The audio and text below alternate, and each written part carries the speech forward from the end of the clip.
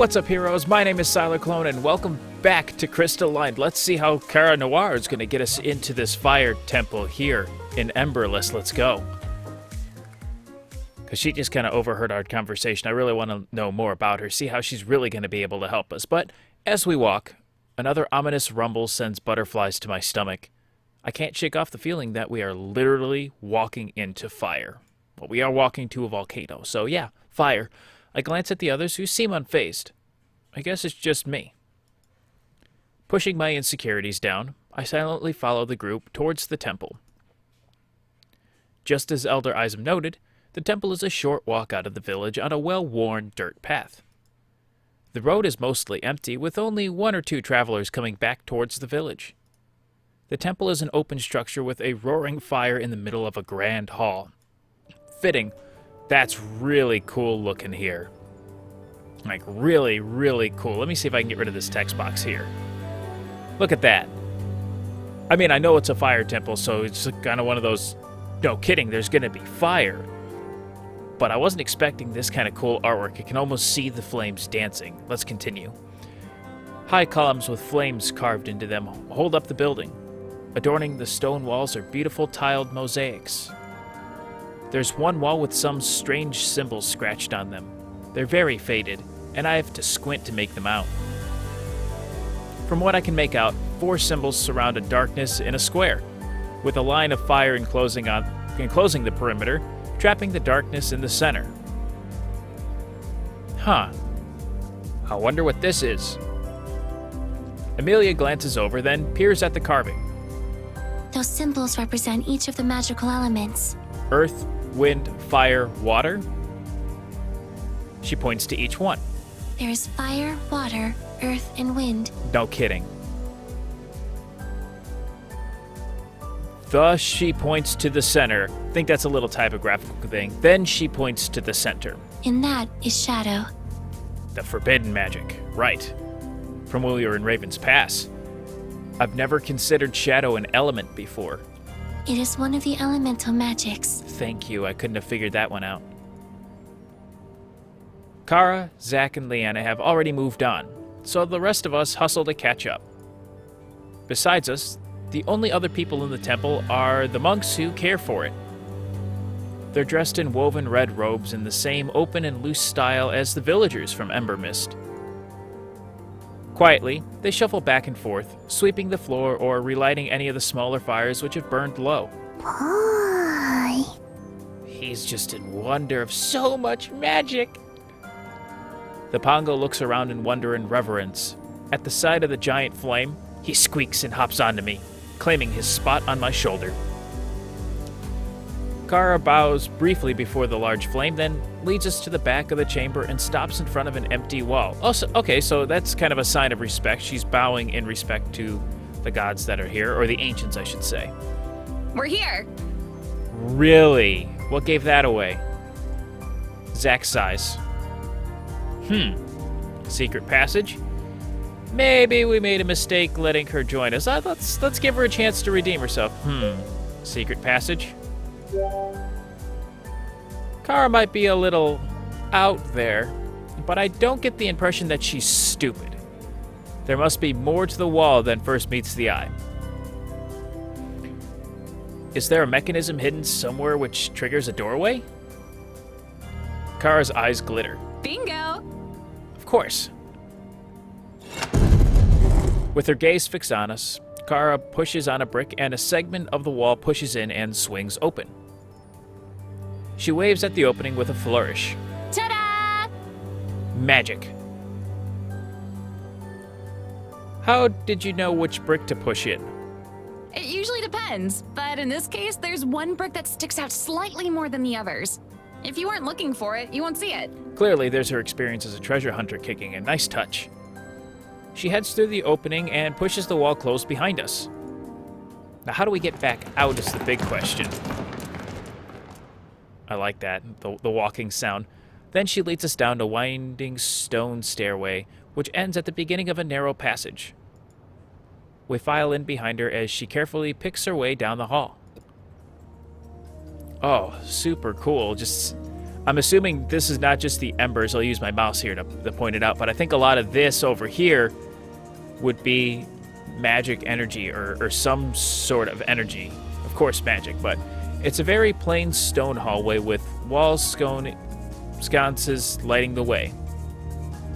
I look down at my feet and notice a brick with an X marked on it. Avoid it, avoid it. I have a feeling this X didn't make its way onto the stone by itself. I better not touch it. Good idea. Gingerly, I step around the brick. A few feet away, I spot another X. Now, I could see this being something like a quick time event where you have to really make a decision right away. Is anyone else seeing these random X's? Kara glances back. I should hope so. I left those there so as not to set off the same traps again. See, there's a reason why. So I'm sure that first one's going to be a quick time event in a future build, which will be really cool to see. Makes sense. We resume walking. The deeper we travel, the more X's I notice. Wow. There are a lot of traps in here. Zack pauses in front of a corridor where the walls are covered in X's. Why are there so many X's on this wall? That's the big question. Kara looks down the same passageway. Oh, it's a two-part trap. What are the two parts? She points to a stone on the ground with the same X marking. Basically, if you step on the ground stone, it triggers thick bars to shoot out from all the X's in the wall and block the path. Yeah, did you find that one out the hard way? That doesn't sound too bad. Only if you know how to limbo. The bars have something keeping them hot and will burn you if you touch it. Ah. Okay, that sounds worse. And you were able to cross that? Kara winks. I am very limber. Oh. Oh my. Oh my. I like that indication there. But yeah, that's an interesting trap. I expected Zack to brush off her comments like he brushed off every other girl, but he actually looks impressed. That's unusual for him. Emilia looks between Zack and Kara. Based on the dilation of Zack's pupils, it appears that Kara's flexibility is attractive to him. Of course it is. Zack is taken aback. I was just thinking that it's a useful skill set to have. In both treasure hunting and other things. Yep, she knows. Kara has a mischievous glint in her eyes. Useful skill set to have. In what context? Context is key. Zack frowns. For scouting and navigating, you've done a thorough job mapping this place out and marking the traps. Uh-huh. Leanna looks amused. Shut up, she's gonna drag you into this next. Zack, was that a compliment? I think so. He glares at Leanna. No, an observation. Yeah, whatever. Kara smiles playfully. Then thank you for the observation. You're welcome. I mean, hi. Zack falls into silence before turning away. I think that's the most I've ever heard him talk in a 30-second span. This is true. We continue through the tunnels. Eventually, she stops in front of another well of fire in the middle of a hall. The barrier's here. Thank you. She gestures at the swirling metallic wall behind the well. The way that it glitters as it wisps and curls almost looks like a fire. Leanna and Emilia step together and inch their hands in front of them before gingerly touching the barrier. Good idea. It's surprisingly solid for something that looks so gaseous. Maybe there's some wind magic interwoven with whatever other magic is here. Well, that would make sense. You would think for all the temples, if they're all like the temples of the ancients, they'd use more than just the magic of the ancient they're helping. So if someone just came in, they could just say use water magic and cancel it all out. It'd be super effective. They want to do something that'll mix things up. Kind of like in Avatar: The Last Airbender, where each temple had a way to get in, especially the air temples, that only airbenders could get into them. The Pongo hops forward with stars in his eyes. You gonna eat the barrier, dude? Hi. I dare you to eat it. He dashes straight for the barrier. Pongo, wait! I stretch out my arm and race after him. Pongo, no! Instead of running into a wall, the Pongo passes straight through and out of sight. Why, cruel world? How did he go through? Stay calm. How did he go through? How was he able to get through if none of us can? Kara gapes wide-eyed at the barrier. I have no idea. Of course, we're asking the non-mage how the mage barrier works. No! Pongo! Leanna looks equally shocked, but for a completely different reason. We have to find a way to save him. Who knows what could have happened to him when he went through? I don't know what happened either, but we do need to go through. She presses up against the barrier and calls out again. Pongo? Pongo! Hi? What? Excuse me, what did you just say? A blue head pops out of the barrier. What? He hops the rest of the way out. Poi, poi! Come again? What just happened? I'm not sure. Leanna scoops him up in a hug. Pongo, you're back safe. He's probably unharmed, too. Poi! He's just like, what are you worried about? After a second, the Pongo wiggles out of her arms and rushes back over to me. Leanna pouts, then refocuses on the barrier. Amelia places both of her hands back on the barrier while Leanna holds out her manipulator. Whatever is beyond this wall hosts a plethora of energy. But that doesn't explain how Pongo went through. Leanna nods. My manipulator confirms that. No wonder the Pongo ran in there. True. Zack continues to hang back and observe, but Kara steps closer to the barrier. But how did he even pass through? That's the big question. Leanna shrugs. Amelia continues studying the wall, moving her hands up and down. I do not recognize this magic. Okay, that means nothing. She frowns, deeply disturbed. Is there anything you can do to break it? Let's see. Leanna and Amelia both put out their hands on the barrier, their manipulators glowing. They each transmit pulses of magic which disperses across the surface in a shimmering wave. I think they're trying to create stress fractures to crack the wall. Any luck? After a few tries, Leanna sighs in frustration, then steps back. Amelia, stand back. What are you gonna do? She wordlessly obeys. Interesting. Leanna gathers energy at her gauntlet, then strikes the barrier with an empowered strike. Suddenly, golden lettering forms on the barrier. Absolve your world to enter mine. What does that mean? No one answers. Amelia steps forward and focuses on the well of flickering flame.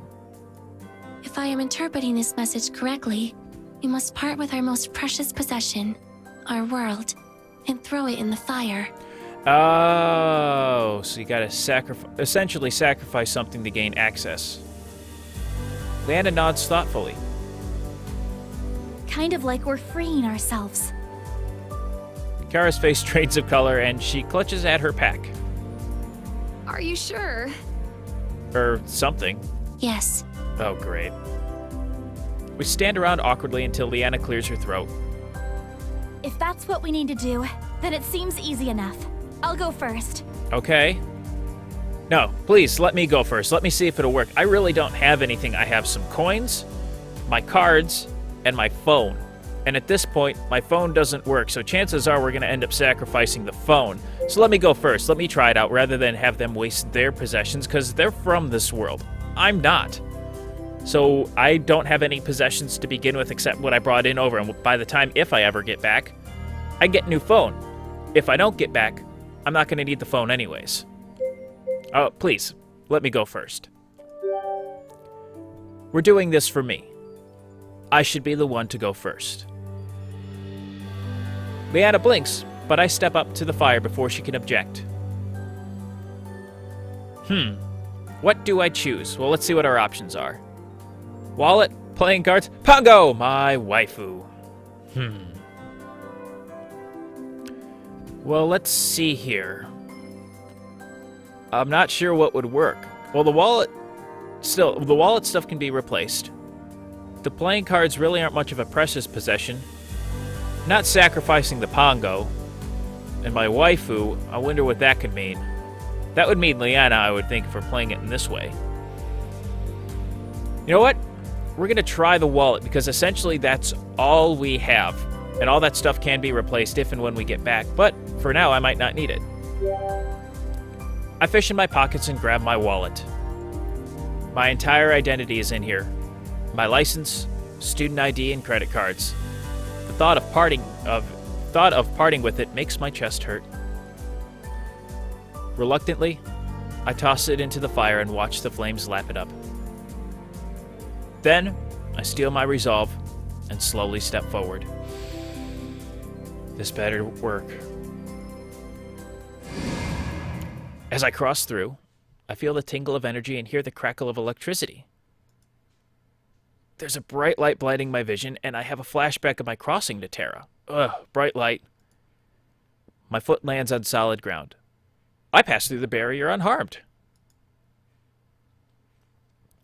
Gradually, my eyes adjust to the dim light, and I see that I'm in a cozy room. What? Hold on here. What? I'm going to assume this might be one of the ancients based on the portrait, but... Damn! That's a hot ancient. In the middle of the room is a fox, who swishes its tail as it observes me. Beside it is a beautiful woman with flaming red hair. Her delicate hand rests atop the fox's head. As I look her over, her gaze lands on me. Who are you? And she smiles. The woman blinks at me, then smiles. For a second, I think I see the flames lighting the room flicker, and a warmth permeates my body. It's pleasant, like an embrace. Although she holds my gaze, she doesn't speak. How did you get in here? Again, she remains silent, but this time, she takes a step closer. Who are you talking to? Zach, do you not see the redhead? Huh?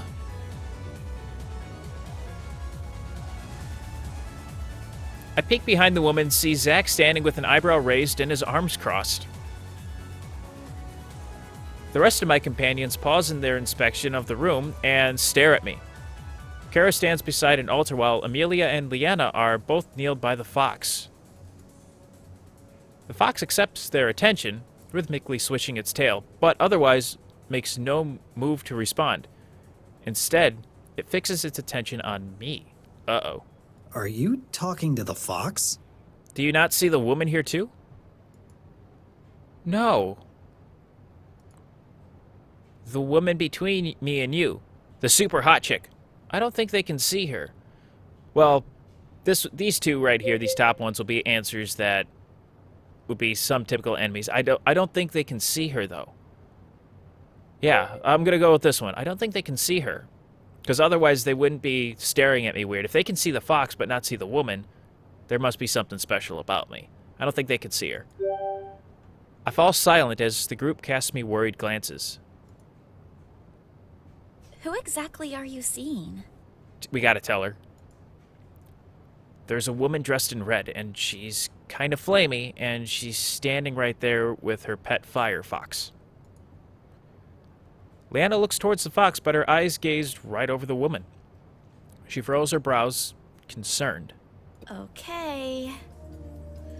Come on, you can't tell me that is the strangest thing you've seen here.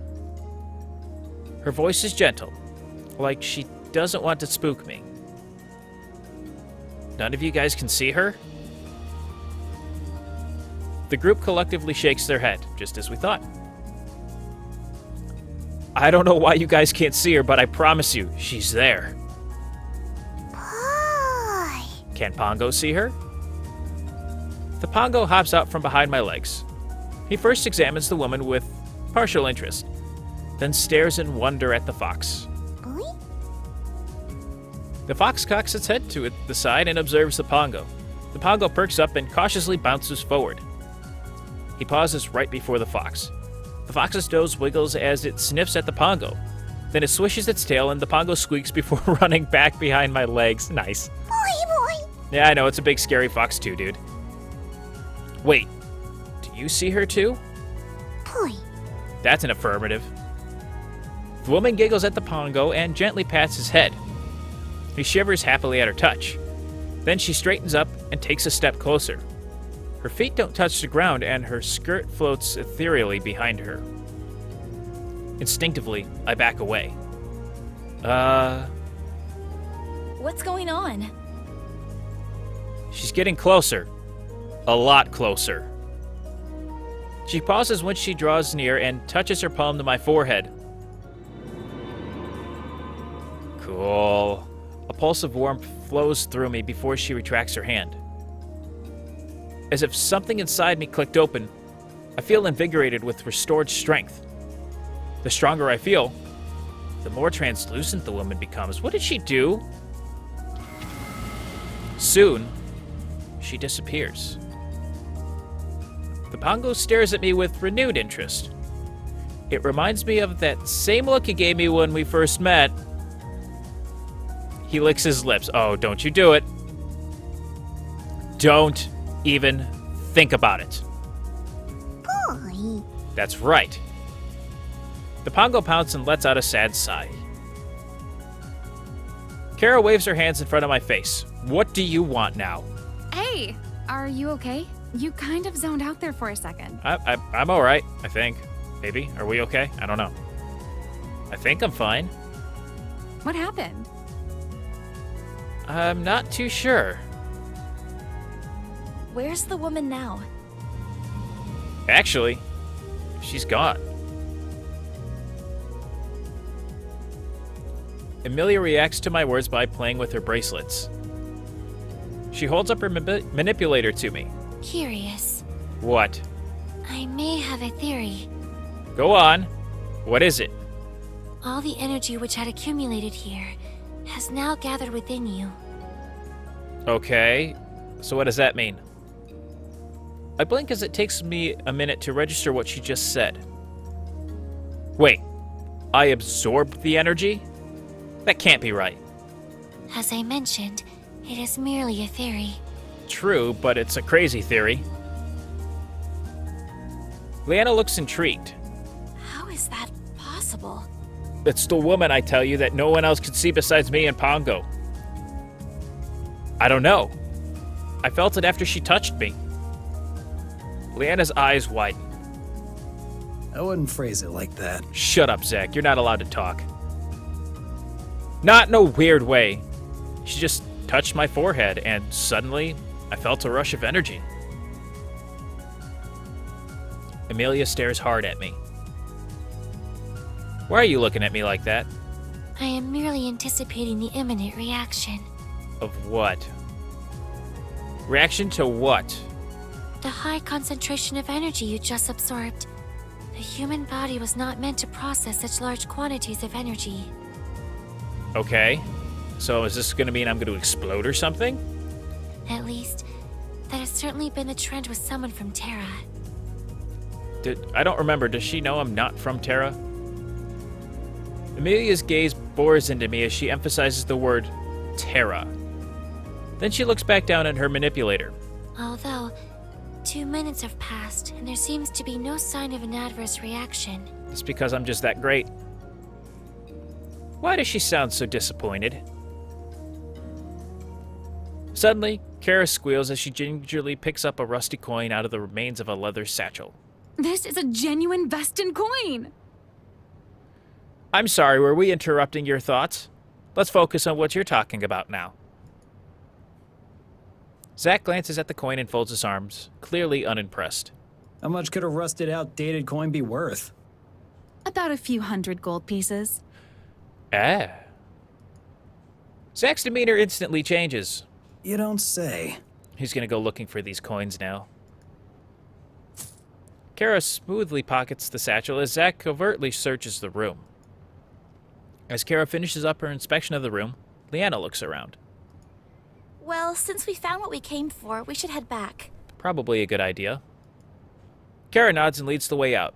As we leave the room, we We notice the fire, which had previously glowed in front of the barrier, is now gone. But all of our items are still intact.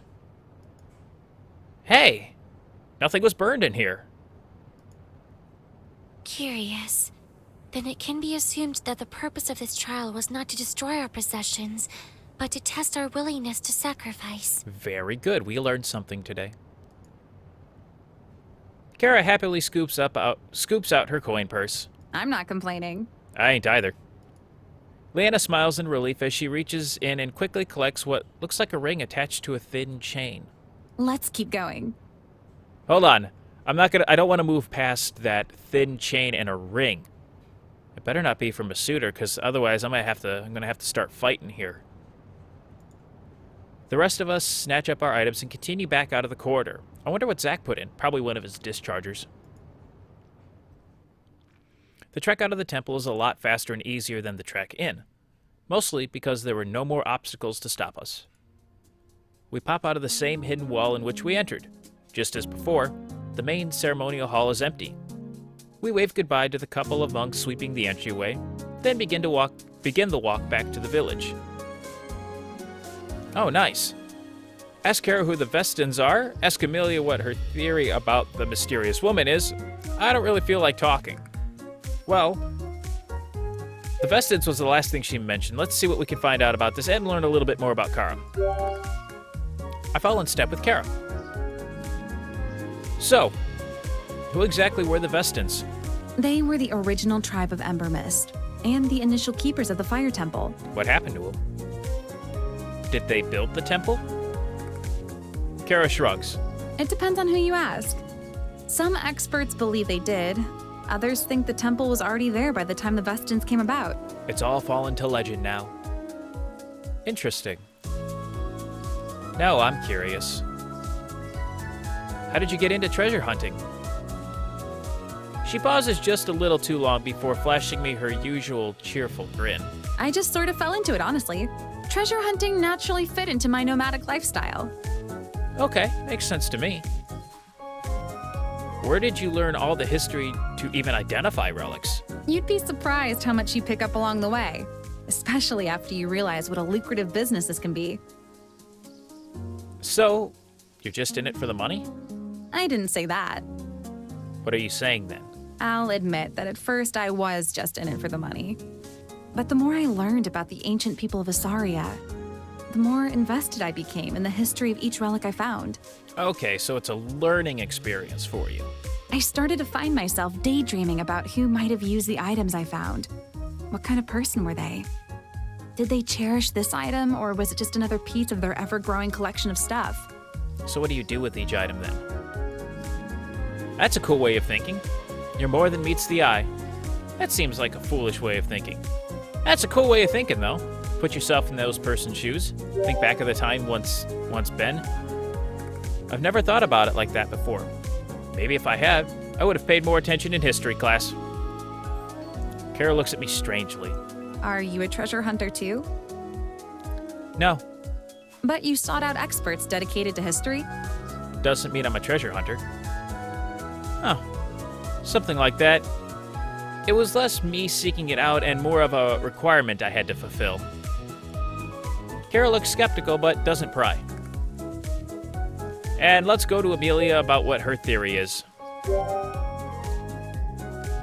I approach Amelia. So, that theory you mentioned in the temple about the woman, what was it? Amelia glances at me. Given the location and circumstances previously described by Alderism, my estimation is that the unknown woman you encountered was a projected image of the fire elemental. Of course, as I could not observe her myself, I cannot be certain. Then I wonder why she chose the form and the image of a loosely dressed, beautiful woman. Do you think that's why she wouldn't talk back? Also, why she wouldn't just show up in person? The amount of energy needed to sustain just an appearance of the elemental would have drained the temple completely. There would have been no energy left for her to give to you. Fair. Is that why she disappeared right after? The depletion of energy in the temple would have meant she'd no longer be sustained in this world. Okay, well, will the energy come back is the next big question. We don't want her to be gone. Amelia looks thoughtful. Although, it is quite unusual that she would have you absorb the energy to begin with. Why's that? I see. I had a feeling that was her. No wonder she was so hot. She actually exists? Well, we couldn't dismiss it. We don't know of their beliefs in their story, so there's no way to dismiss it. No wonder she was so hot was a bad pun. I had a feeling that was her. I had a sneaking suspicion that was her. I mean, who else could it have been? Amelia nods. It pleases me that you too have reached the same conclusion. You're welcome? I'm glad? I don't know what to say here. Thanks? She looks thoughtful. Still, it is quite perplexing that she would only reveal herself to you. That's the big question. Why does she do that? It's not just me. The Pongo saw her too, I think. He really didn't make it clear if he was seeing her or just the fox thing. The Guardian. Yet. Huh? The fox would be the guardian of the fire temple. Each temple has its own guardian who protects it. Makes sense. Oh. So how come the Guardian didn't attack us for breaking into the temple? We did not break in. The guardian enforces the trial in the temple. Only those who are able to complete the trials are welcome into the temple. Which would explain why we didn't get attacked, because we completed the trial of sacrificing something. In this case, that magical fire we had to put our stuff in. Amelia nods, still deep in thought. Are you still trying to figure out why no one else could see the elemental? She nods again. Any theories? As of now, I do not have one, but perhaps after some further research. I don't know if we'll have that kind of time. Her voice trails off as she falls back into deep thought. Kara, Zack, and Amelia lead the way back to Embermyst while I lag behind. The Pongo sits on my head, back in its normal spot. Leanna notices my absence and falls into step with me. She pats the Pongo, who ignores her, still too focused on the energy around me. Leanna pouts, then shakes away the Pongo's disregardance of her and focuses her attention on me, as she should have in the first place. Something on your mind? I drop my voice low so the others can't hear me. Now that I've collected the energy from the temple, that means that I can try to create a temporal rift to go back home, right? Kara stops, then rolls around to face us. Zack and Amelia stop with her. Pardon me, you were speaking very softly and it was a little hard to hear, but it sounded like you just said you need to open a temporal rift to go back home? Shut up. No one's talking to you. Stop eavesdropping. But that can't be right, can it? Jeez, this woman's got some supersonic hearing. I glance at Leanna, who looks alarmed. About that. Kara's smile falters at my hesitance, but Amelia looks excited. I knew it. My hypothesis is correct. I want to hit this child. Hypothesis? What hypothesis? That's the big question now. My hypothesis that he is from a parallel world. Leanna's eyes grow wide and she forces a panicked smile. I think all this parallel world and temporal rift talk has been getting to you. I mean, Elder Isum said it's impossible. He has already admitted it. What? Leanna, I have been careful not to say anything. When? The day of our acquaintance. What do you mean? I racked my brain, but don't remember bringing that up around Amelia. You sought out Professor Xavier's guidance, and after he imparted his advice, you and Leanna had a brief discussion in which you mentioned that what he had suggested was exactly what happened to you. Oh, you eavesdropper too. Thus began my hypothesis that you arrived from a parallel world. Leanna looks at me, unsure how to react. I'll just go with it. Cat's out of the bag now.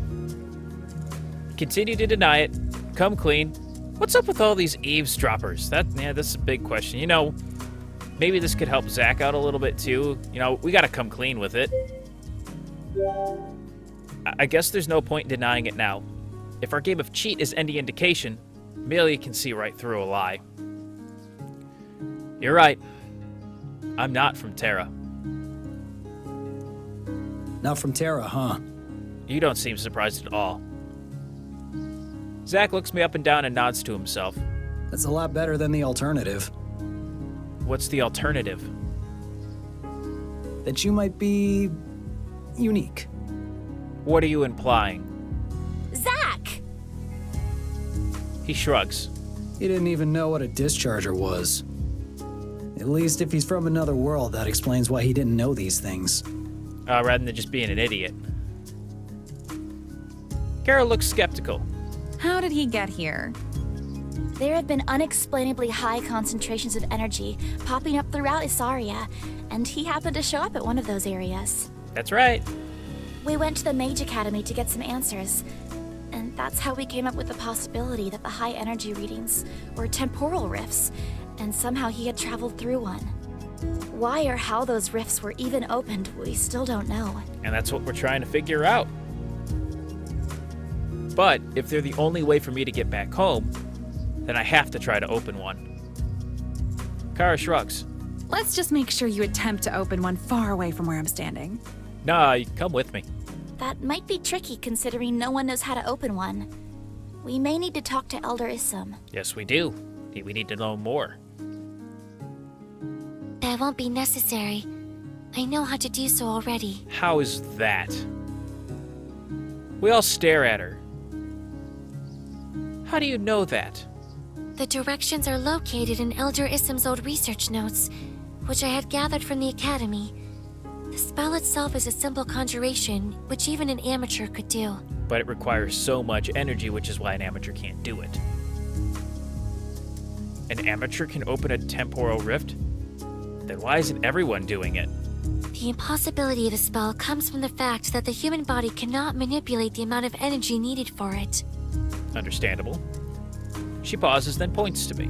He may be an exception. Because I'm not from here, my body has different limitations when I've come here. I squirm slightly as their gazes fall on me. Given that you have absorbed energy directly from the temple, which should also be an impossibility, I must assume that there is something within you which can possess the high amount of magic without suffering consequences. I wonder what it is, though. Perhaps it is a skill which you acquired from your world. What skill would that have been, though? My world doesn't have magic. Emilia blinks. Regardless, only a short amount of time has passed. There is plenty of time for you to still internally combust. Oh, aren't you just a ray of sunshine? A wave of uneasy makes my stomach queasy. Maybe I should open this rift now before that has a chance to happen. Emilia grins with excitement. I concur with that suggestion. That may be the best now that you have the magic. True, but hopefully I can cast it. Zack shrugs and Kara takes a look at our open surroundings. Maybe we should first look for a spot with a bit more cover. We don't want to be opening up rifts on an open pathway. That is true. Good point. There was some tree cover towards the west. And that's where we'll go? We mumble our affirmations and follow Zack towards the trees. We settle into the grove of trees. Both Leanna and Amelia stand on either side of me. Zack selects a tree far enough away not to be affected by any stray magic, but close enough to get a good view of what's going on. Kara, on the other hand, hangs back towards the outskirts of the trees. Zack looks back at her, an amused smile on his lips. You'll miss the show from back there. You sure you don't want to come any closer? Shut up. Kara's voice is distant. Yep. There's a bit of movement as she takes another step back behind a tree. She okay? Scoop myself closer to her. Leave her be. Is she okay? Are you sure you're okay back there? Yeah, don't mind me. I'm just keeping watch. Sure you are. Oh, making sure no one accidentally stumbles upon us? Something like that. You just don't want to get caught in the crossfire either. Amelia studies the notes, then nods to herself and snaps the book shut. The casting is quite simple. It is the same technique as any other cast. Okay, let's do this. Leanna looks at me. Are you ready? I think so. I nod. Amelia glances at my stance, then frowns. Your stance is incorrect. Straighten your spine. Okay. Sitting up taller. I lengthen my spine and stand as straight as I can. Now you are too tense. Keep yourself relaxed, but do not slump. Okay. That better? Okay. I release some of the tension in my back. She's about to speak again, but Leanna gently pulls Amelia to the side. Okay, I think he gets it. She steps in front of me and gives me an encouraging smile. Your stance is fine. Just remember to raise your arms in front of you. This doesn't sound all that hard. I do as she says, and she nods. Now, the actual casting part is gonna sound tricky. You'll need to focus your mind on the spell you want to cast. I think I could do that. So, I should just think about temporal rifts? Yes, but you need to connect that thought with the magical energy. Okay. Clear your mind of every thought. Done. I close my eyes and push away all of my doubts and confusion and focus on Leanna's voice. Now, think about the rift that you wish to create. I imagine tearing a hole in the fabric of reality. I don't actually know what a rift would look like or feel like, but all I remember is the bright light. Should I focus on that light? At the same time, sense for the magic within you. Right? I try to sense for any kind of magic, but nothing feels out of the ordinary. How do I know where the magic is? It'll feel like a tendril or willing warmth. When you find it, reach out for it and grab hold. The magic is eager to be used and will latch on. Okay. Focus on what Leanna says. I wish women were more like my magic. This is stupid.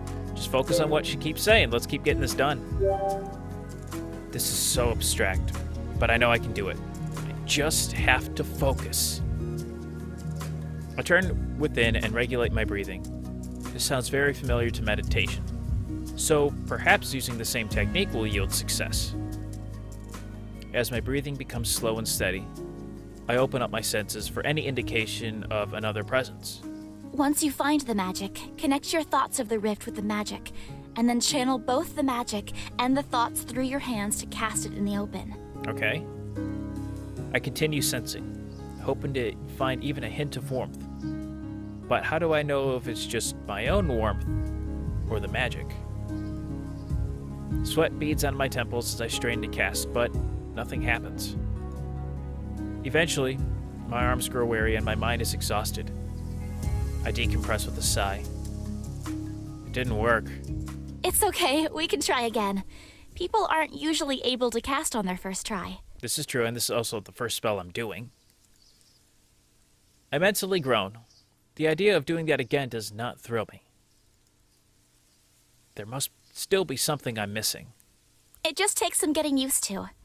Plus, you're trying to cast without a manipulator. So? Oh yeah. Both you and Amelia used manipulators to cast. Maybe that's why I wasn't able to do it. Well, the manipulator's function is to house the energy source for us to cast with. Okay. Technically, because you already have the energy within you, you shouldn't need a manipulator. Fair point. Oh. But this is all theory anyway. It may be easier trying to cast using a crystal, especially for a first-time caster. Well, let's get one.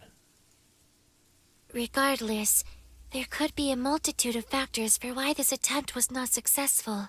One for which could be as simple as the fact that you still did not possess enough energy to open the rift.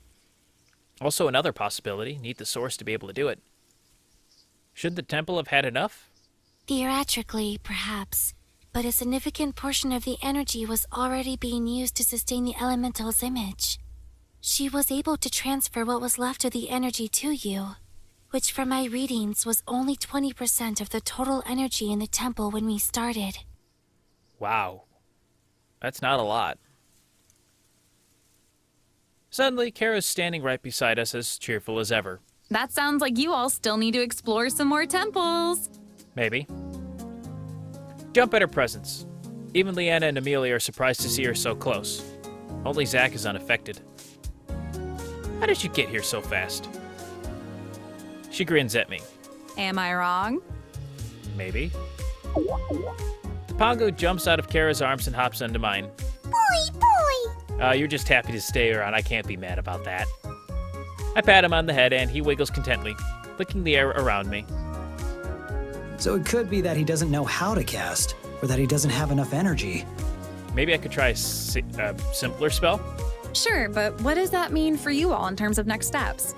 Are you going to hang out in Embermyst until he learns how to cast? I don't know. It could take him weeks before he can even cast the simplest of spells. That is quite a long time to rely on someone else's hospitality. Good point. It sounds like it would still be in your best interest to visit at least one more temple just to be sure you have enough energy.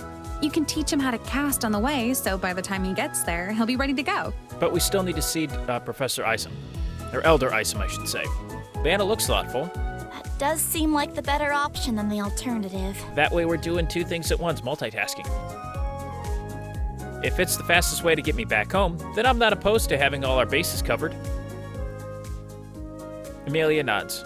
That is the most efficient course of action. If we can mitigate any uncertain factors, then we can pinpoint where the weakness is and adjust accordingly for a successful cast. Again, true. The research this will provide will be very informative. It helps you guys out in the long run. Hearing Amelia's affirmation, Zach shrugs. Since I'm here to protect Amelia, I go where she goes. That's, I'm going with you. Kara smiles broadly and slings her arms around Zach and Amelia, much to their dismay. Great. Then our arrangement is still on. I guess. Hey! Zach moves out of Kara's grasp. She smirks. Most men would be thrilled to have a pretty woman hug them. Right, Amelia? I don't think you're gonna get the answer you're looking for. That is correct. A healthy physique is inherently attractive for potential mates. No. Kara lets go and starts to lead the way out of the forest. We should spend the night in Embermyst. We can plan our next steps there. And talk to Elder Isom to get more information. Because that's what we need to do. Once we are in agreement, we follow Kara back to Embermyst. Upon arriving, we head to the inn.